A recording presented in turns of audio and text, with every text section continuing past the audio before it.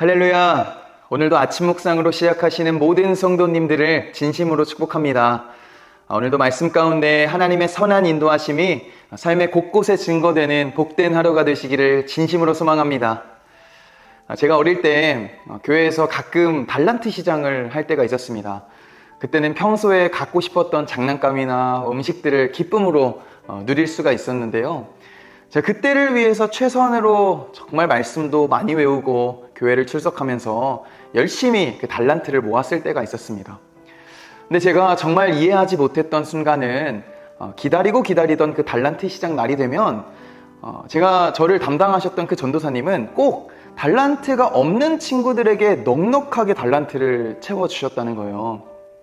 저는 정말 열심히 달란트를 모았지만 제가 그 달란트의 주인이 아니었기 때문에 뭐라고 말도 못하는 불편한 상황들이 종종 있었습니다.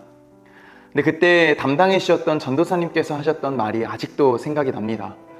여러분, 이게 은혜입니다. 우리가 계속해서 로마서 말씀을 나누고 있는데요. 로마서 말씀을 듣는다는 거는 참 쉽지 않은 것 같습니다. 왜냐하면 계속해서 우리가 이런 부분들을 생각해야 되기 때문이죠. 그저 믿음으로만 이해하기에는 바울이 말하고 있는 그 내용의 깊이가 굉장히 심오하기 때문입니다. 그러나 우리가 예수님을 더 깊게 알아가면 알아갈수록 우리에게 그 시대와 동일하게 생길 수밖에 없는 신앙의 의문들이 있습니다. 오늘 이 로마서 9장에서도 바울이 그 신앙의 질문들, 우리가 신앙을 갖고 살아가면서 마주하게 될 질문을 다루고 있다고 생각하시면 좋을 것 같습니다. 제가 대학원을 다닐 때 전도 동아리를 했었는데요. 그때 대전에 있는 큰 국립대학교에 가서 대학생들을 상대로 전도할 때가 있었습니다. 그런데 그때 만났던 한 공대생이 계속해서 생각이 납니다. 제가 이렇게 예수님을 전하고 복음을 전하니까 그 공대생이 정말 궁금해서 한 가지를 질문하더라고요. 일전에 영화 한 편을 봤는데 밀양이라는 영화라고 합니다. 그 영화의 내용을 보면 한 살인자가 주인공의 딸을 살인하고 교도소를 복역하고 나오는데 주인공인 전도연 씨에게 그런 말을 하잖아요. 나는 이미 예수님께 다 용서를 받았다. 그래서 그 대학생이 했던 질문은 이것이었습니다.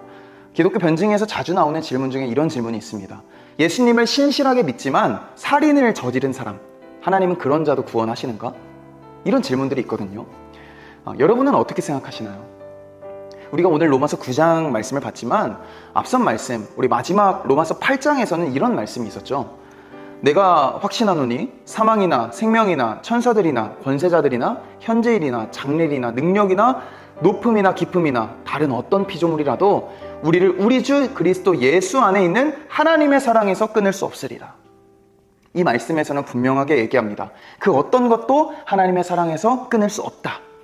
다시 말하면 우리의 구원의 문제는 이미 2000년 전에 다 해결이 되었고 그 예수님의 사랑으로 인하여 모든 죄의 문제는 다 사라졌기에 우리가 어떤 모습이더라도 우리는 구원받은 존재다 라고 이야기를 하는 부분입니다. 그 이해로 끝날 수 있을 때 우리는 한 가지 질문을 할 수 있습니다. 예수님을 통한 하나님의 사랑이 무한대인 것은 알겠다. 그 사랑이 절대 끊어지지 않음, 그 구원이 절대 끊어지지 않는다는 것은 우리는 알겠으나 그런데 직접 예수의 사랑을 거부한 유대인들은 과연 어떻게 될까? 예수님을 믿지 않는 유대인들, 저들도 하나님께서 다 용서하시겠다는 말일까요? 오늘 읽은 이 본문이 생각보다 굉장히 깊은 질문에 대한 답변인 것입니다. 우리의 신앙생활에서도 마찬가지죠. 우리의 어떠한 실패에서도 하나님은 우리를 향한 사랑과 은혜를 결단코 꺾지 않으십니다. 이것은 대단히 귀한 복음의 내용입니다. 그러나 동시에 잘한 것과 못한 것에 대한 결과는 없는 것인가? 그 결과는 어떻게 될 것인가? 이것은 우리가 믿음에 있어서 꼭 한 번은 짚고 넘어가야 할 문제인 것이죠. 그 질문에 대하여 바울이 이렇게 대답합니다. 오늘 본문 4절입니다.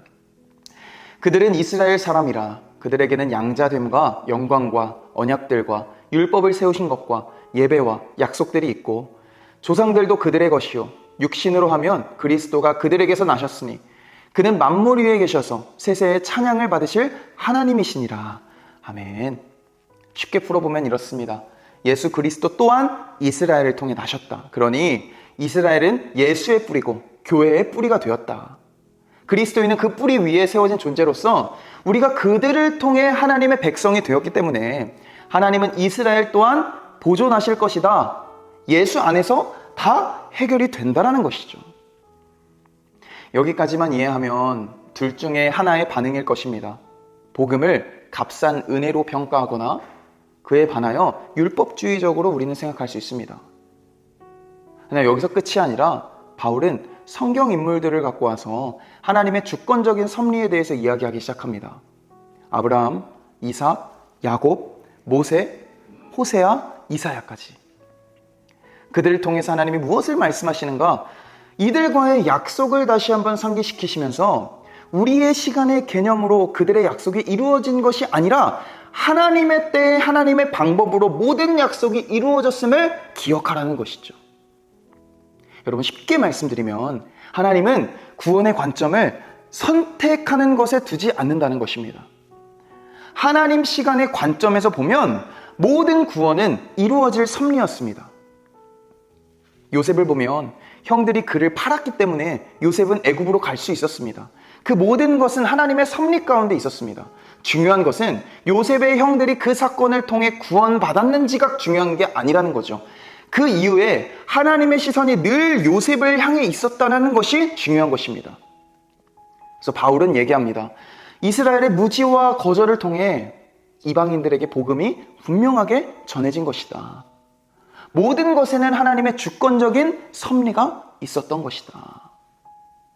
이스라엘의 거부와 무지와 반역에 의해서 하나님은 직접 예수 그리스도로 성육신하셨고 그 문제로 직접 들어오셔서 이스라엘을 고치셨다라는 겁니다.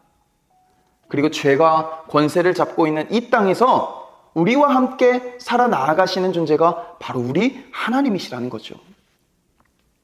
그 동행의 기쁨이 곧 하나님의 나라인 것입니다. 그리고 그 의를 깨달아 예수님께 돌아온 자들, 유대인이고 이방인이고 모두가 그 구원의 감격을 누릴 수 있게 되었다라고 이야기하고 있는 것입니다. 이후에 30절 말씀에서는 바울이 이렇게 이야기합니다. 그런즉 우리가 무슨 말을 하리요? 의를 따르지 아니한 이방인들이 의를 얻었으니 곧 믿음에서 난 의요.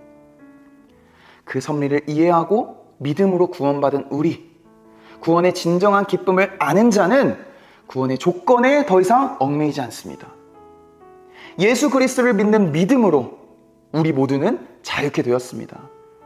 또한 표면적인 구원, 그러니까 죽어서 천국 가는 것, 그 표면적인 구원에 머무르지 않습니다. 이미 구원받은 자로 이 세상을 살아갈 수 있는 존재가 바로 우리가 되었다는 것이죠. 하나님이 다 용서하셨다면 내가 뭐하러 이 세상에서 열심히 살아가는가? 이러한 질문으로 우리가 해석할 것이 아니라 하나님이 이미 다 용서하셨기 때문에 이 땅에서 최선으로 사랑할 수밖에 없는 삶, 구원의 조건을 따지는 것이 아니라 구원받은 자로서 예수 믿는 것이 진정한 나의 힘이자 나의 능력이 되는 삶, 그러한 삶을 살아가길 원하신다는 사실을 우리가 꼭 기억하셨으면 좋겠습니다. 유대인이고 이방인이고 조건이 없습니다. 은혜를 안다면 은혜를 기억하고 그 받은 은혜에 맞게 살아가는 것이 가장 중요합니다.